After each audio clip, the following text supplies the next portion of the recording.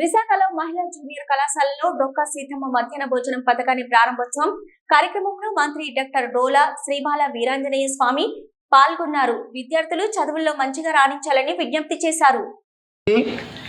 మనకి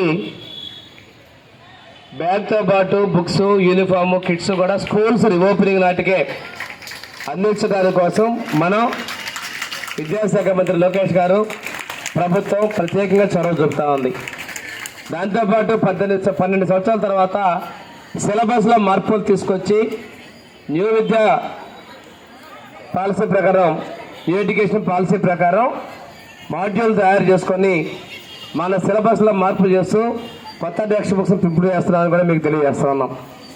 ఈరోజు చూసుకున్నట్లయితే ఇక్కడ ఉన్నటువంటి దానిలో పూర్తిగా సమయం అంతా కూడా అభ్యసన, దాంతోపాటు ఇంటికి వెళ్ళిన తర్వాత కూడా పునశ్చరణ చేసుకొని చదువులో రాణించాలని చెప్పి నేను మిమ్మల్ని పిలుపునిస్తా ఉన్నాను.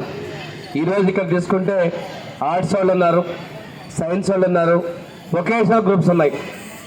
జీవితంలో మంచిగా స్థిరపడాలి, ఎందుకంటే ఇంజనీరింగ్ చేసే వాళ్ళు ఉన్నారు, మెడిసిన్ చేసే వాళ్ళు ఉన్నారు, అదేవిధంగా వొకేషనల్ వాళ్ళు ఫర్దర్ కోర్సెస్ చేసి అందరితో ఆపకుండా ప్రభుత్వం ఇచ్చేటువంటి డిప్లొమా కోర్సెస్, దానిలో కూడా బ్యాచిలర్ డిగ్రీస్ కూడా ఉన్నటువంటివి ఉన్నాయి. ఆర్ట్స్ గ్రూప్ల వాళ్ళు ఈరోజు